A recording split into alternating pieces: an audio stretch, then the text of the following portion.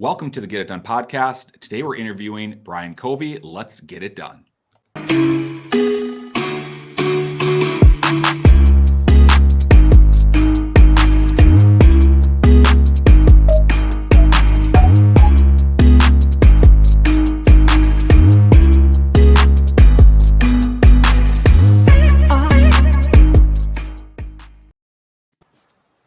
All right, hey everybody. So today we have Brian Covey. Brian is a leader in the mortgage space, and if you don't know about Brian, you really should. He's a VP at Loan Depot. He has 262,000 followers on IG. My goodness. He has a blue check mark next to his name on Facebook, and I know that, look, that's all cool and everything, but I also know him as a total real guy. He's the same person that you could find on social as off. He's a husband, he's a father, and he really leads our space with, living a happy, genuine, good life. And Brian, I'm super pumped to dig into your story today. Welcome to the show. Dude, thanks, Jimmy. And I know we've connected up for a while, and that's the power of social, right? Like you start to build relationships online, then you can take them offline. And it's a pretty powerful tool that once you lean into it, it's changed my life where I look now, I'm just thankful. You get to meet some really cool people that you probably wouldn't have otherwise. Hey, absolutely. And people like you, I mean, you're commenting on some stuff that I'm posting, and I'm commenting on some stuff that you're posting, and, we could be 1,000 miles away, but it's just cool because a lot of times we're, as loan officers or financial planners, real estate agents, these types of people, we're different in a lot of ways. Mm-hmm. And to find a group of people that are really like-minded and are after the same goals as you, and you can connect with them 1,000 miles away, it's an epic thing. So is there anything that I maybe missed in my very brief edification of you? Anything that you're particularly proud of that you'd want to share? No, man, you hit on it. Like being a husband, my wife and I'll be married 20 years this August. Wow. My kids, 6, 13, and my daughter's about to be 15. They play sports. I get to hang out. Like I'm just a normal dude, right? Like I tell guys, I love to go work out, love music, love to travel. It's just all those things. It happened to be in the mortgage business, right? I always say is that doesn't define me. It's all the other things that are really more of who I am. 100%. And I see that all over social too. That's not just like a statement. No. I see you playing soccer with your kids or working out in the morning with a cool background beat. And I really do look up to you in a social aspect. I've definitely copied some things that you've done through watching you, and I encourage others to do the same. So we're going to get right into it. The Get It Done podcast is really all about the come up story, and we use Elon Musk as an example. He has a great story from making $1 million to $1 billion, and that's a great story. But what we're looking for is really the 0 to $1 million story, the come up story. And the best place to start that, Brian, is where were you born? What were your parents like? What was your first, early years of your childhood? Oh man, so I grew up in Memphis, Tennessee, and go Tigers. And I had an older brother, and still kind of like one of the guys I look up to. He's 5 years older than me. So for all the younger siblings, you'll appreciate this, as I grew up on a soccer field and a basketball court because my older brother was playing sports, and my dad volunteered and coached, and my mom, they both worked, and so we'd stay in after school, and we would just play sports. And as I kind of went on from there, it was an interesting turn of events in the 6th grade. I shared this story this last weekend of just typical Wednesday afternoon. And I'm leaving school with my brother, and it happened to be raining really bad. It's like windy roads. If you can imagine in Memphis, where we went to school, this one area, and you've got these old oak trees. Like, have you ever seen those 100-year-old, like just massive, massive oak trees? And it was a beautiful area. But that day it's raining really hard. And I remember leaving, and we are going around this turn, and we lose control, and the truck starts to spin and spin and spin. Some point during the spin, we end up running into an oak tree on my side. My hand goes through the windshield, my head smashes, my collarbone breaks, all this stuff. And as the story is told to me after that, because I'm unconscious, and I decide, I guess, I get out of the vehicle. I start walking around. What I coin as a guardian angel pulls up, stops for whatever reason. She stops and gets me to lie down. As I'm walking around, my brain is starting to swell, and all these things are starting to happen. And as it's kind of shared with me, she gets me just to lay down right there. And she happened to be at the right place at the right time, all these things. And she's a nurse. Imagine that. like the exact right person at the exact right time. So fast forward, I wake up in the hospital and all that. I'll never forget where I am today is a large part because my mom comes in, and I'll give you a little insight into her personality.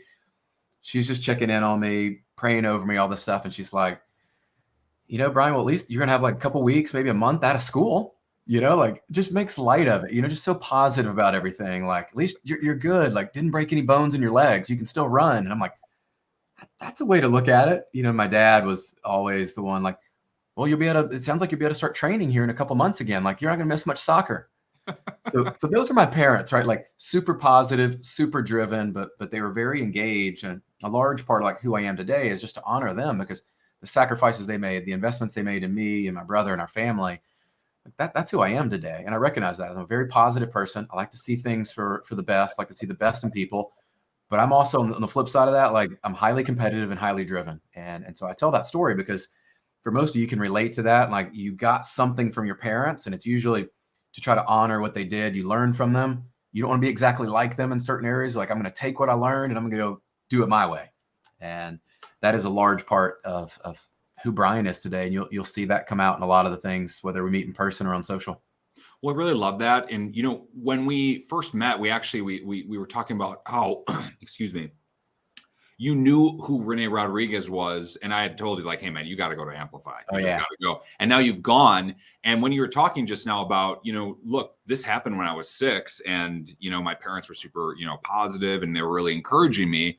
You mentioned like, look, this is how I honor, who I was. And Rene actually talks about this a lot. He's like, look, most of the things we do are the result of something that's happened to us from ages 9 to 13. Yeah. And we're looking to either honor our past or heal our past. How do you honor it?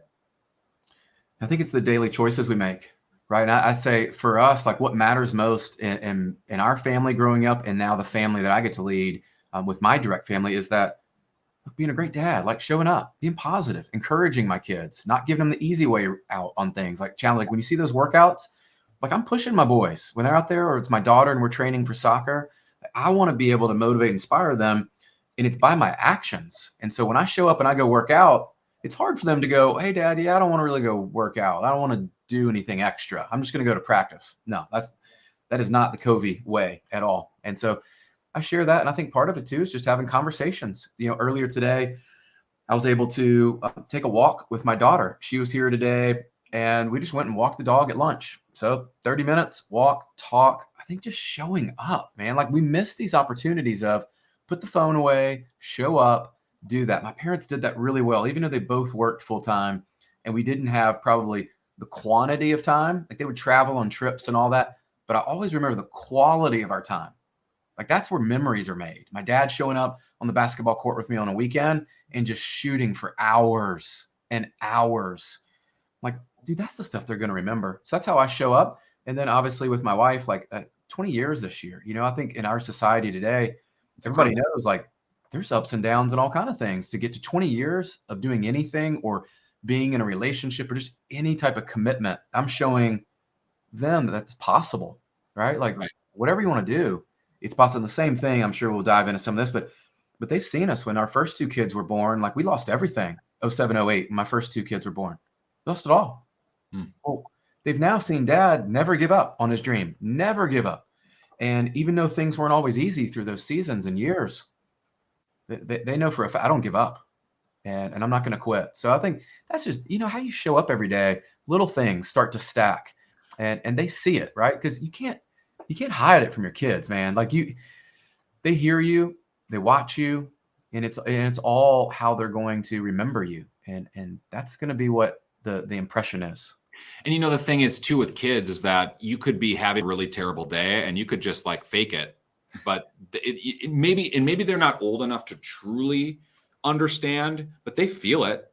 And it'd be something that they'd have to work through when they're 30, and like, oh, this is what happened, and just process through whatever, Dad was going through. But it's cool that you are spending time with them for them to know what it's like to, really struggle and what it's like to, despite the struggle, persevere. And I mean, brother, you're an inspiration in the gym. My goodness. Like you make I'm sure a lot of people half your age, you're showing up people all the, it's incredible. I mean, you really are. You're driven and diligent, and to see you want to instill that into your kids is a really great thing. And I want to jump back to after 6th grade. By the way, were you back on the soccer field? Oh yeah.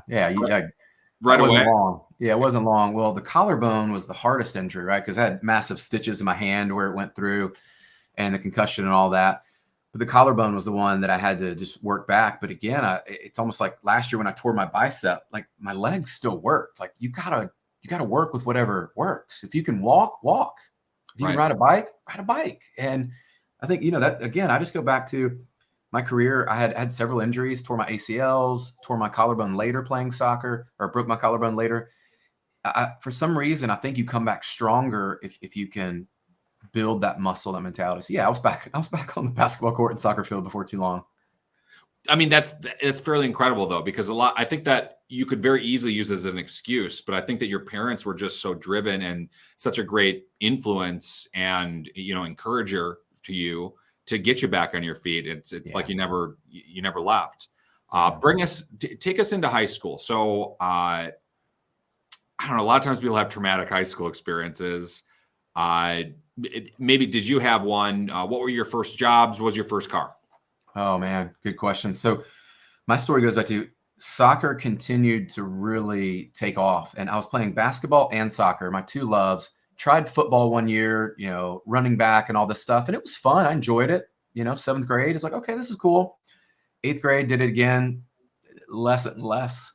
And then basketball started to kind of go, yeah, I like it, but I love soccer. Well, at the same time, soccer's starting to take off for me. I made the state ODP team, like Olympic development team. And then I get called up to the regional ODP team. So there's 4 regions, basically 8 states or so in the region.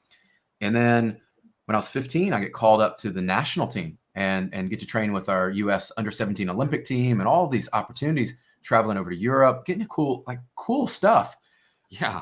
Never knew it existed, right? There's only a couple of us. Like you start to make friends and you're traveling and you're in these spots where like you got to learn really quick. Like your parents don't go with you. They're not hanging out with you at the national team camp, by the way. Like it's you, new coaches, players from all around the country. They're all really good. Some were older, and you start to realize, dude, there's a lot of really good players here. And you start to second guess, like, well, am I good enough? Like, why am I here? Like, am I going to make the team? You just like all this whole thing.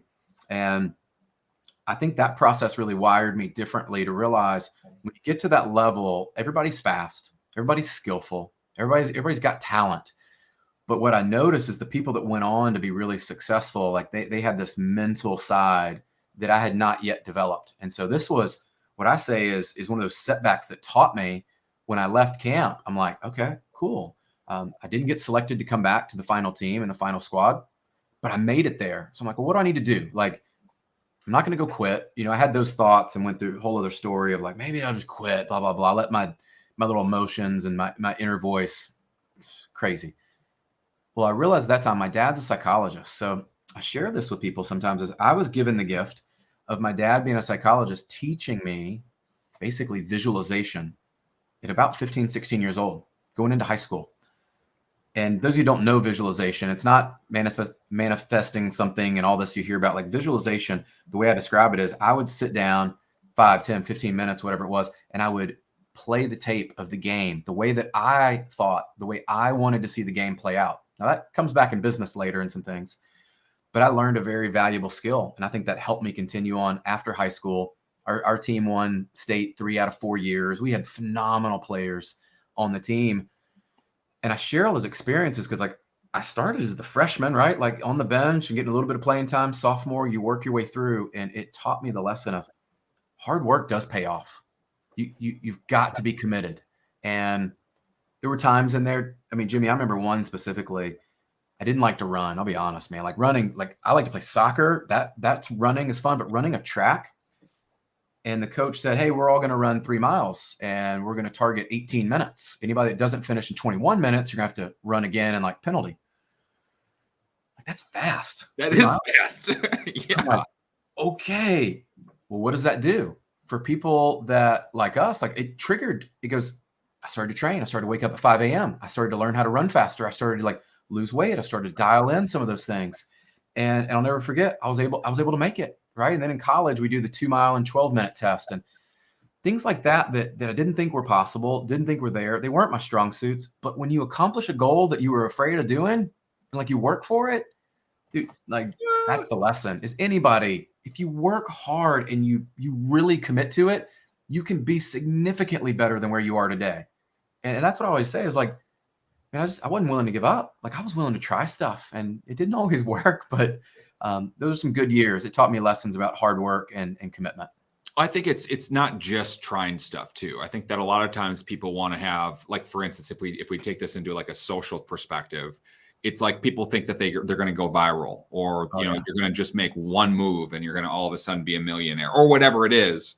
No, you have to go and play with, the big fish and learn that you might get eaten up, and I think that I really love the story of here. I made this Olympic team. Man, everybody's fast. Everybody's good. Everybody's like really gifted and talented.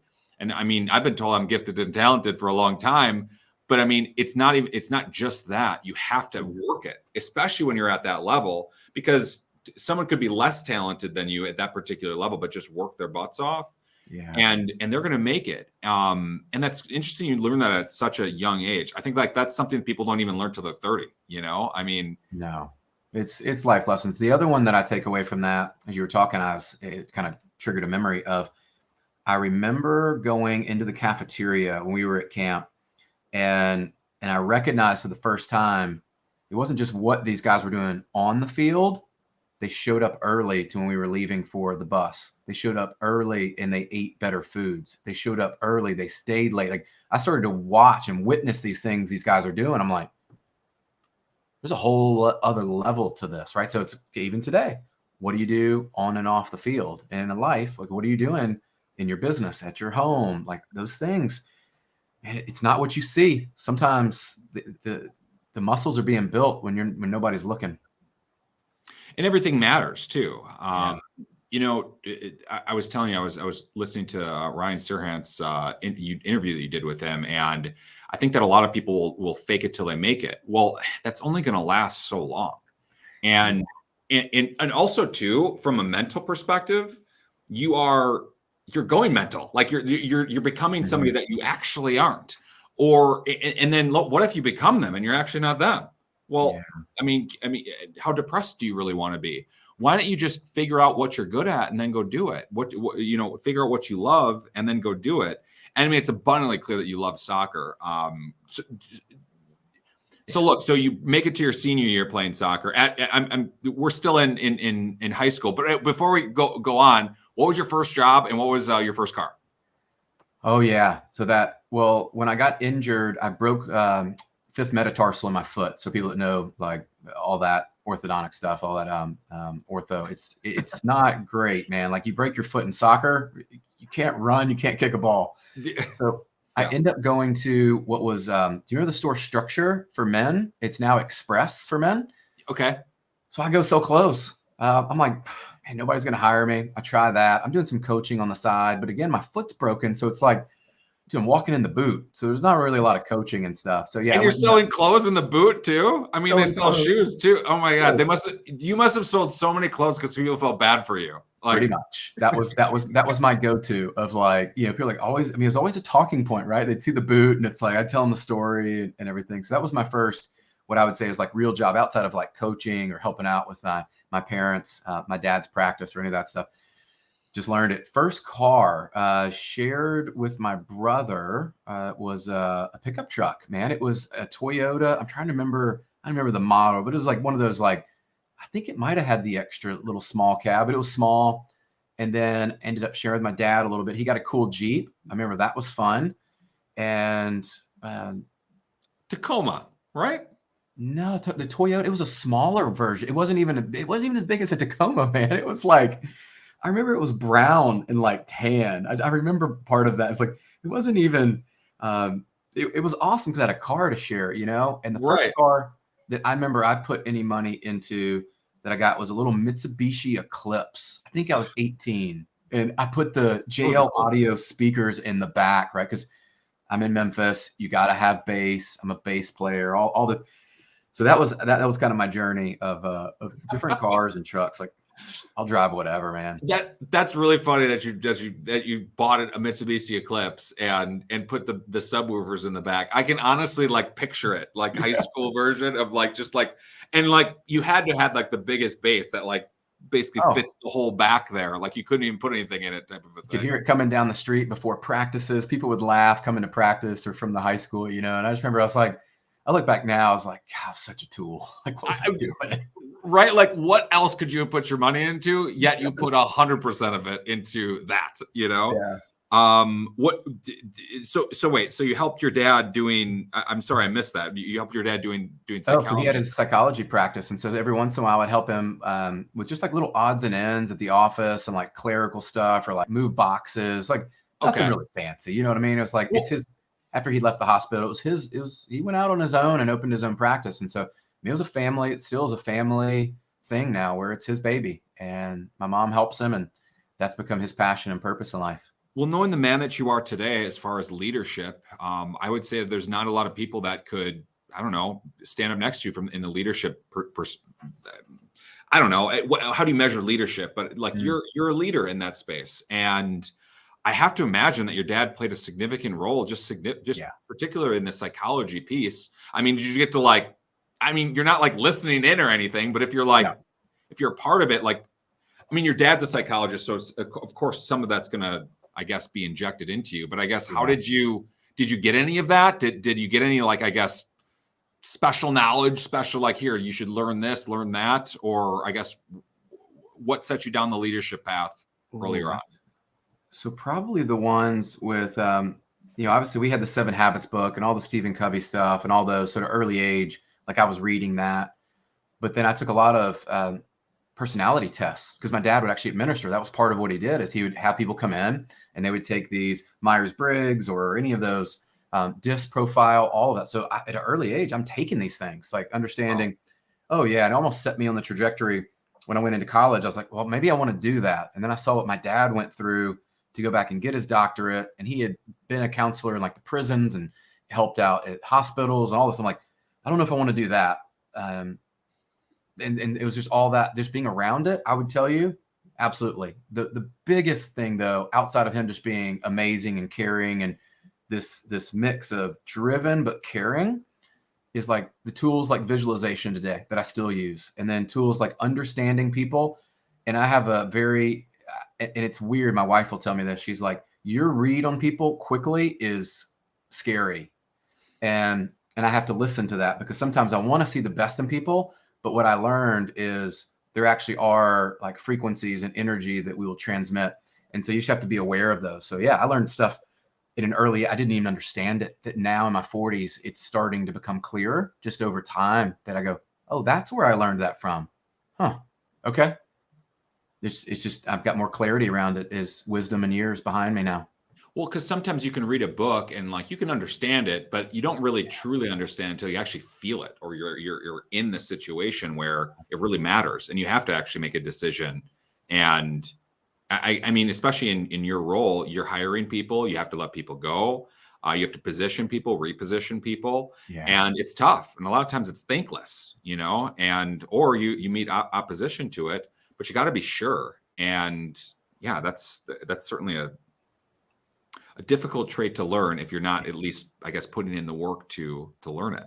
You got to experience it. And so I always share this with people, is like, I can tell you about a great restaurant, right? Like, we went to this great restaurant, Jimmy, here's where it is, here's what the food was and all that. It doesn't compare to what if I took you to the restaurant, you went in there, you got the music, you got the vibe, you got the table, you get to eat the food, you get to experience it. You can't trade those, right? Like that's stuff you've got to experience. So on the leadership journey, I think I'm thankful for just a lot of great people around me and a lot of things I've experienced. And this is my 21st year in the mortgage business. That it's a lot of lessons. I didn't have the same year. It's like, I think Barry Habib said that before. Like, I have 21. They're almost all very different. I hate to say very different, but I could look back and there are seasons in each of those years that I learned something or I went through something each of those years. I didn't have a year repeat itself.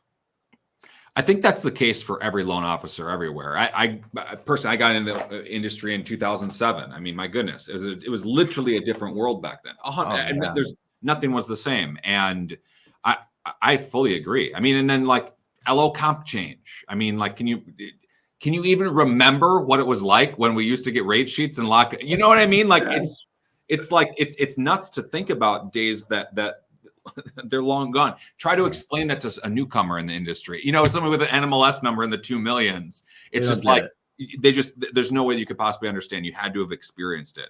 So okay, you graduate high school. Did you know right away you wanted to go to college?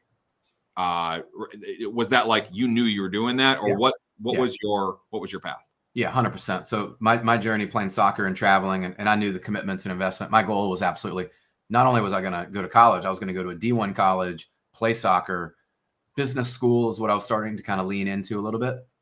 And I made my decision based on, I wanted to have an opportunity to compete, to play. Because at that time I was still training a little bit with the like the national team and getting called up. And then, you know, all these things are going on. I wanted to play.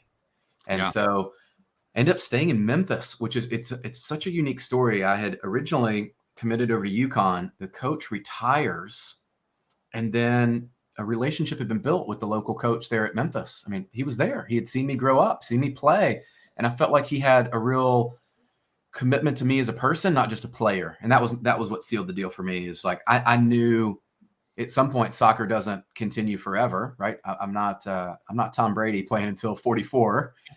That doesn't happen in soccer very often. So that's what made my decision. And then the same point, the relationship with my parents being there was huge. Like, they could come watch my games. And for me, that was what was important, right? Like, I got to play at a top school, D1, have my parents there, understood the city, get a great education, had some friends that were already there that were older that I knew would be important, because who you're around and who's going to help you get through that freshman year is not easy when you're trying to compete and play soccer and on the bus and on the road and new school and this whole new world. So I made the right decision. For me, it turned out fantastic. Yeah, 4 great years, and just very thankful. Brother, I'm looking at my notes here, and like, there is nothing that is not perfect here on this piece of paper here. You are like Mr. Perfection. Is there anything that you like really struggled with? I mean, here, granted, here, you got into a big car accident. That's huge. Yeah. Anything else like major happen in those early years?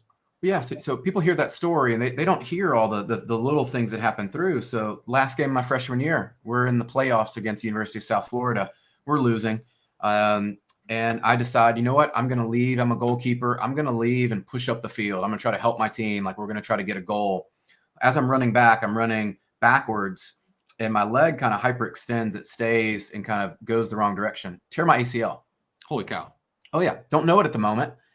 But I go to kick the ball after it goes out for a goal kick, and I go to kick the ball. I'm like, dude, I can't kick the ball. Like, something's wrong with my knee. So as I go back to the hotel, I realized, like, very quickly, my knee is swelling at a fast, like, alarming rate. We've got to fly back in the morning. I'm sitting in the hotel room. You know, all the guys, they're going out doing their thing because, you know, it's last game. It's over. Right. I'm like, oh, crap. So I'm on crutches. They help me. I'm in the back, flying back, you know, putting my leg out and all that stuff. I get back. I know what's going to happen, right? When I get back to our doctor for the school and all that, ACL surgery, I'm like, okay, cool. So this is like November. When can I play? He goes, at best, maybe 9 months. Some people take a year. It depends on all this stuff. I'm like, no, you don't understand. Like, I've got to play. So I have to go through one of the most lonely seasons of my life of when you're not on the field with the team, you're not on the field with the team. Somebody's coming for your spot. Somebody's looking to take your spot that's coming up. And just the rehab alone, doing all that by myself, it's like, dude, it's lonely. That stuff, nobody talks about the injuries and what you have to do off the field and to build myself back. And I'm proud to say, like, I went through that tunnel, but this is defining moments. I started the next year. I was back on the field doing everything that I was told to do and more. And I came back the next year. And my sophomore year, it wasn't a great year, honestly. My freshman year was a phenomenal year. Sophomore year, I was kind of working my way back in. The team, we didn't do as well and all of that. So, yeah, Jim, if you listen long enough, you might see that as being like, oh, this is all lined up in there. But the reality is, I mean, there's lots of points in my career, soccer and then professionally, completely derailed. And if you look statistically, the amount of people that have an ACL tear, or get injured like that and don't come back, you'd be alarmed. Yeah. It's not, maybe they make it back, they re-injure it. Maybe they make it back, they don't play. Maybe they make it back and they're not fit. They're not in shape. So that was probably one of the toughest points, because I was like, am I going to lose my spot? Am I going to lose my scholarship? Am I like I'm not hanging out with the boys anymore? Right. Life is not good when you have a big surgery like that. For a few months, you're in a dark place. Right. I mean, literally your entire life is going to change no matter what. And it's just like, well, what are you going to do about it? And you bounce back. That's pretty incredible. Well, okay. So bring us to after college. Did you graduate? I'm sure you did. You seem like you do not fail at something. I mean, it's just like, that's like the theme that I'm getting from you. And even if you do fail, you're coming back twice as strong, and you're going to get the W. You got to finish what you start. So I committed to my parents. This was a big thing, is I committed I would graduate. So after my senior year of playing, we play in the fall. I was able to go play professionally, and I knew I had to come back because I had to leave school early. So I still had credits. I had to come back, and I did come back. That was one of my commitments to my parents, is I'm coming back. I'm going to graduate. You'll have a certain amount of years too on scholarship that you can come back in. Right. So I'm like, I'm going to come back and finish this deal. And I did. Fogelman College of Business and Economics, and really proud of that, because dude, that was hard. Like, if you leave school for longer than a year and you try to come back and you're out of that rhythm, and I've been exposed to this world of like professional athletes, and there's parties going, do I need to come back? Well, yeah, I told my parents I would come back. I mean, it's a crossroads of like, but again, you got to do what you say you're going to do. And in those moments, my parents, I told them I would do it. So 100%. Let your yes be yes is what I like to say. And yeah, you're 100% right. And I think a lot of people would have ducked out. But I mean, also at the same time too, there's almost no shame in it. But you told your parents you would, and you hold your parents in a high regard. That's right. And they wanted you to do that. So I mean, if it was something where it's like, look, I don't even know what I'm getting, and I'm so far away, and I didn't tell my parents this, I'm paying for whatever.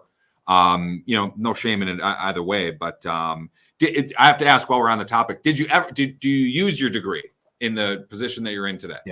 Yeah. The business and economics side, I think it's been a unique gift of, we had folks from FedEx, IP, AutoZone, all of these folks that would come in, and they would be like basically professors and teach you things, and everything from sales to marketing to negotiations, and like classes today. I mean, I love it. I love a nice Excel spreadsheet. Like, we learned that in there, but look at day to day. I think the way to think about economics and to see trends, the thing that I share with people is, school's not so much what you learn in the books. What I've realized in my role is I can spot trends and patterns, and I've learned now in the past several years how to create those. There's a difference, because you can see them, right? You can see patterns, you can watch the market, you understand.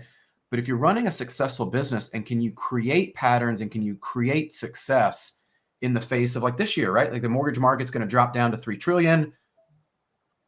There's enough customers for us to grow a little bit of market share, and we don't go backwards on our volume. Can you create success in any given market? I learned some of those, I would say, like, mindset shifts in college was great. And the fact that, look, you got to commit, right? So if I can commit to doing that, what do I need now that I consider myself a student of the game still to today?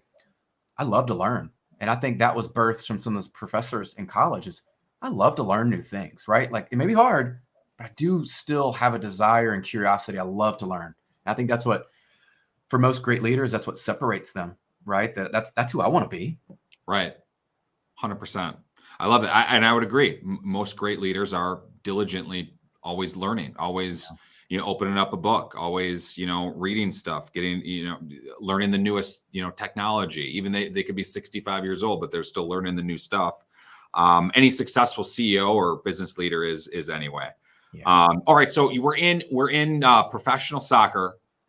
Lead us from professional soccer to the mortgage industry. Generally speaking, mortgage industry falls in your lap. I don't know many people, except for Alec Hansen, by the way. Yeah. Like, literally, he's probably the only person that I know. Like, okay, well, you're born into it. That makes sense. Yeah. How did you fall into bring us from pro soccer to mortgage? Yeah. Well, Alec's story is probably like mine in the sense we both start at the bottom, man.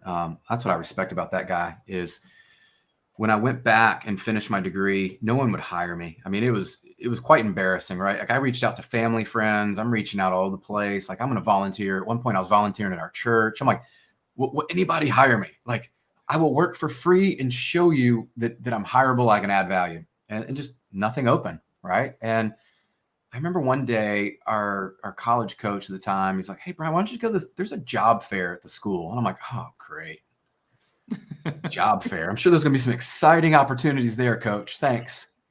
And sure enough, I'm walking around, I'm meeting people. They're all at the tables and all that stuff. And I go over to this group and they start talking about, they actually introduce themselves, bring me over to the table and talk to me. And they're like, "Hey, we hire athletes. We help them be successful. We have a training program. We give you this base salary and you've got commission. You've got all these opportunities to earn more money." And I'm like, "What's your company? What do you do?" And they're like, "Oh, we're consumer finance." It was Wells Fargo Financial. Strip center next to a pizza place, a Chinese buffet place, literally 45, 50 minutes away from me. I lived in Memphis and this was all the way into Mississippi. Wow. And they're like, "We got an opportunity. We're going to train you." I'm like, "Well, what do I do?" They're like, "Oh, just show up. We're going to train you. We're going to teach you all this." Well, here's the thing. The lesson in all of this is be willing to take chances, because what I recognize, I like these guys. I'm like, they're going to train me. They're going to teach me. No one else is hiring me. I might as well try this. Well, I go there, and have you seen those commercials, Jimmy? They're like, 0% financing for furniture, no payments for 4 years, all that craziness. Right. That you was, have a job, you have $199. You can get approved. That was us, man. That was me. So they taught me about credit, income, assets. We would underwrite loans, process them, close them, everything in the branch. And then we started to do auto loans. They kind of graduate you through credit cards. Then we started to do debt consolidation. Then they introduced me to mortgage. And I tell everybody, man, I learned to make cold calls. I learned to be better on the phone and get really good at building relationships, getting people to come in that were twice my age and to trust me and to help them manage their debt. I learned a lot in a short period of time. They took a chance on me. Well, fast forward about a year and a half later, my fiance at the time, now my wife, we decided we're going to buy a house. And so what do? I'm like, well, I work at Wells Fargo. I reach over the mortgage side. I got a friend over there that I played soccer with and all that. And I go through it and I'm like, I think I could do this. This is a lot more fun. Like people buying houses are happy. People coming in, getting furniture and like me consolidating their debt. They're not happy. They got a lot of debt, a lot of things going on.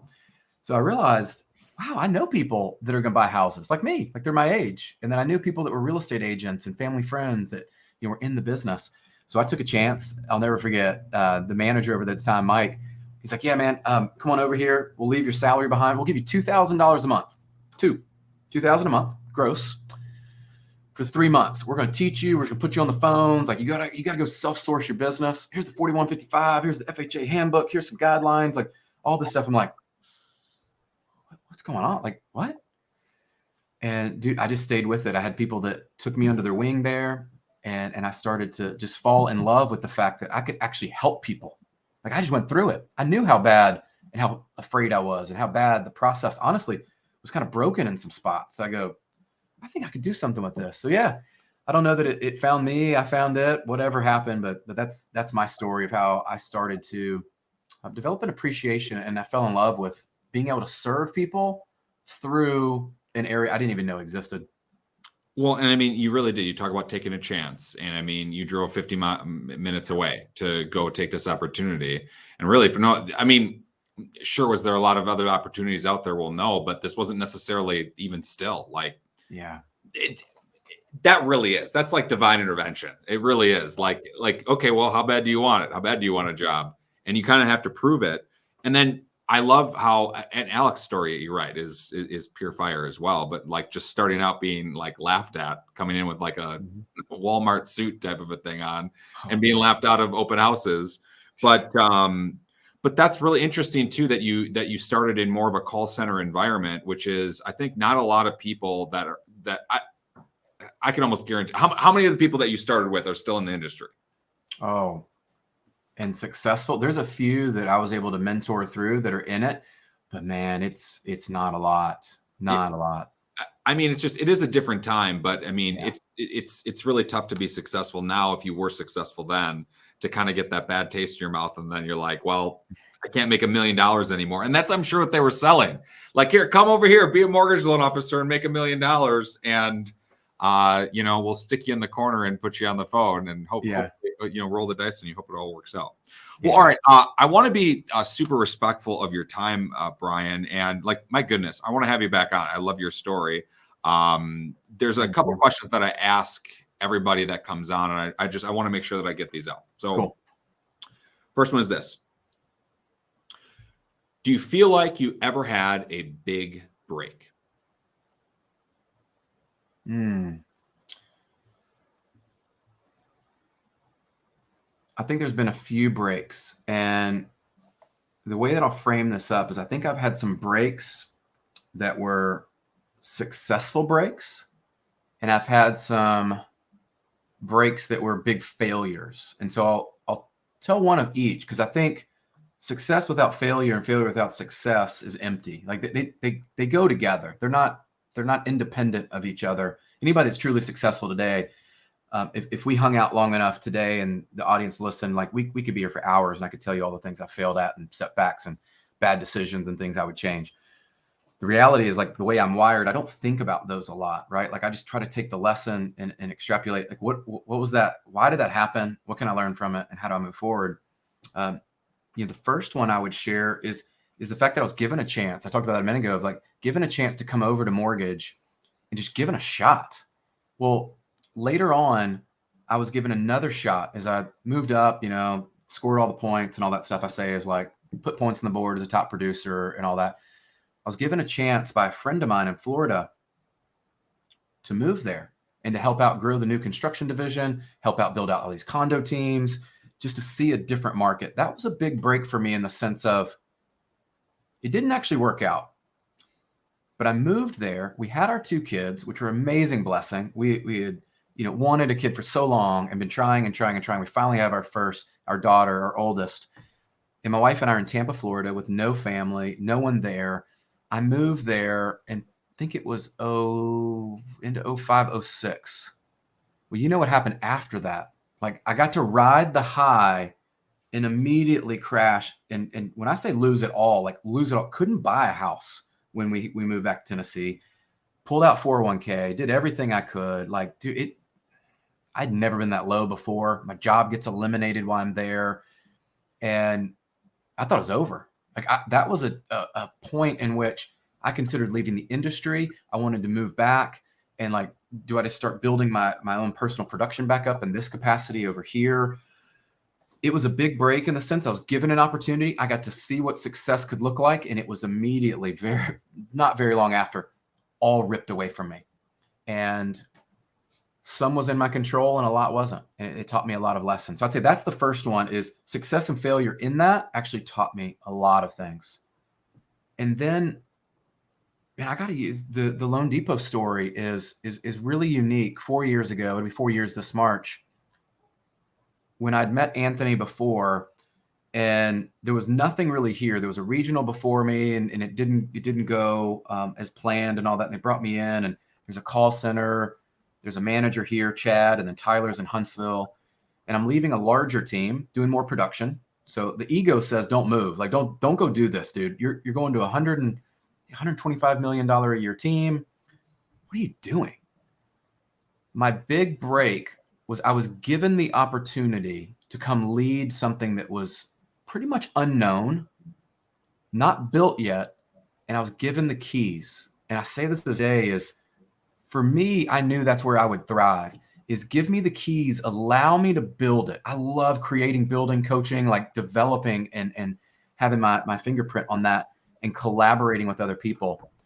That was a huge break for me. But obviously there's a lot of hard work on the other side of it. But dude, they didn't have to choose me. There's other qualified, maybe even more qualified candidates, quite honestly.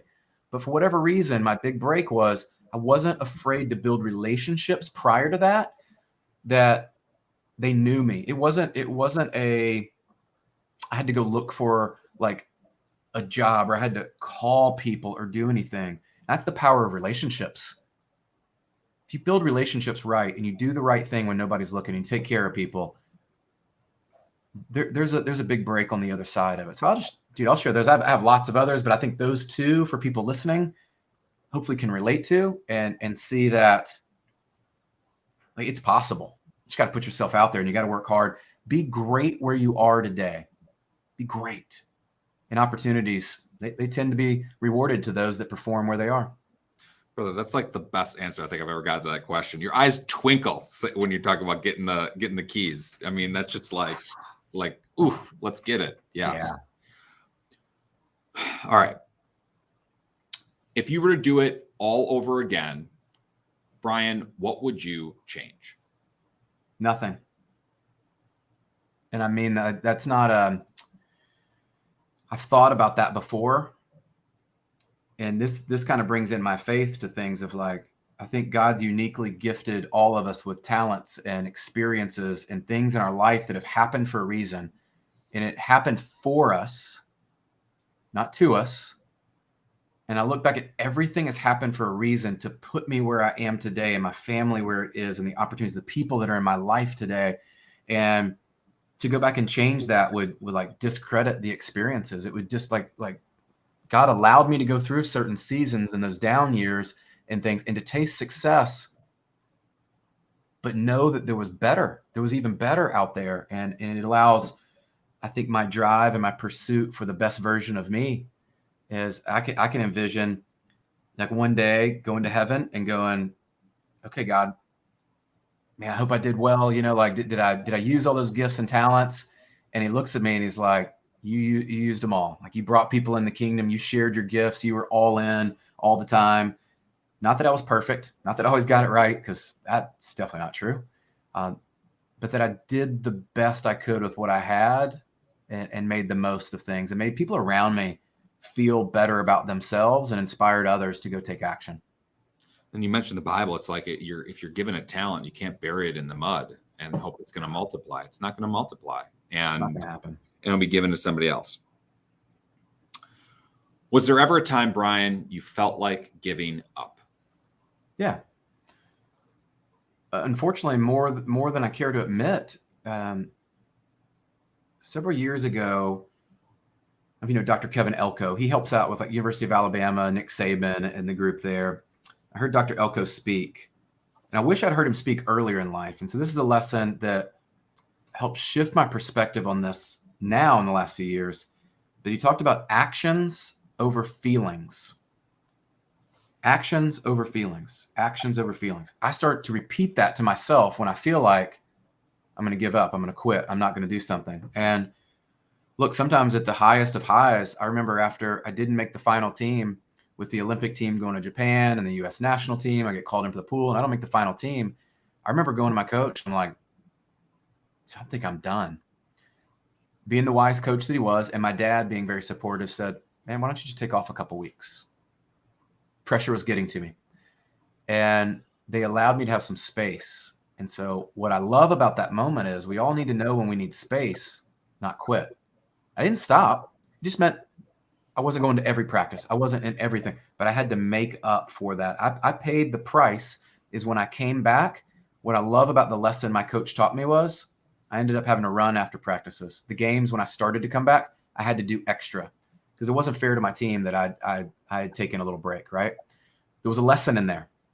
We don't quit. We don't give up on those things. On the other side of it, Jimmy, you know what I've learned as I've gotten older is there are times that you do need to quit something that is holding you back. When you recognize it is no longer serving you and aligned with your dreams or your priorities, your beliefs, there are times that you need to quit being around certain people, doing certain activities. There are things that you do need to quit. But I use this every day. Dude, when I go work out in the mornings, the reason why I post some of those and I go work out is I do hope it inspires some people to go get their workout on. But I work out in such a way with the intensity, and I want a workout that's going to push me to want to quit. But I don't. It's wired different. Like if you can do that over and over, watch how the rest of your life, like you will change so much around you. And I love that because every day I get an opportunity to do that. Brother, it's just like you command that. You're just like, you own that. I love listening to you talk about that. That's just like, wow. That is an inspiration. I mean, truly, like it makes me think like, wow, what's your excuse? I mean, it's just like, okay, I mean, but truly, do you really have one? And this guy's driving to get to the point where he wants to quit. I mean, you can't even get started. And I love that, actions over feelings. That's fire advice. All right, last question to set it up. There's a young Brian out there, and maybe they're going to soccer. Maybe they're driving their brown and tan Toyota pickup truck. Maybe they're driving their Mitsubishi Eclipse with the bass in the back. Maybe they're considering getting into into mortgage. Maybe they're looking to create those patterns, to create that success. Maybe they're given an opportunity. They need to drive 50 minutes away, and they're just considering what do I got to do. What advice would you give to someone looking to get it done? I think the best advice through all those kind of different seasons you described right there is, I think it was a podcast I was listening to, Dabo Sweeney. He said it really, really well, but it is be great where you are. And I think of it this way of be where your feet are, be present, whoever you're with in that moment, whatever you're doing in that moment, whether you're the janitor, you're the CEO, you're a new loan officer, you're a new real estate agent, you're the top regional manager, like whatever your role is, be great, like absolutely freaking great. If you do that, I think you'll find fulfillment in your life. And what I have recently learned in the past couple of years, I started to redefine what success looked like to me and my family, not other people's definition, because I've lived that life and that's empty and it sucks. Be great where your feet are. And then I think define what success looks like for you and just relentlessly pursue that, man. Like every day, don't think you have another day promised or another week or another year. Just go all in on whatever it is right in front of you, right? Being in that moment. I think that's, blend those together. You have an incredible life. Love it, brother. Love it. All right. I want to thank our audience for joining us today. I especially want to thank Brian for coming on the show. And Brian, if someone was looking to reach out to you to connect, what would be the best way for them to do so? Yes, I'm active over on Instagram, and someone had Brian Covey, so do the Brian Covey. And then I'm active over on LinkedIn. You can find me there. We've got a website that's got everything from the podcast, the book, all the social stuff, and that's just www.briancovey.com. Hit me up. Let me know if anything resonated or I can help inspire you or support your journey. I believe in building communities and collaborating. It's just one of my core beliefs. So hit me up. Let me know. And I'm glad to go on the journey with you. And thanks for having me, Jim. This has been fun. I knew we'd be at a jam and bring out hopefully some good value for all the listeners. Brother, I have so many snippets that I'm excited to just put out there. And I know any listeners taking a ton of value. And I just want to personally attest to, you're looking to add value to the community. And I want to personally thank you for, trying to make our industry a better industry. And look, follow on Instagram. I love watching your story. I mean, it really is. If nothing else, it's motivation to get out there and do something. So, all right, this has been the Get It Done podcast. You can find us on Apple Podcasts, Spotify, anywhere that you listen to podcasts. And if you've enjoyed the show, taken some value, hey, can you do me a favor? Can you open up Apple Podcasts, scroll the way down to the bottom and tap that 5-star? They made the world to me. Maybe write a review, hit that subscribe button. All those things make a huge difference in helping us reach more people. Once again, I am Jimmy Ryan. This has been the Get It Done podcast. Thanks so much for listening.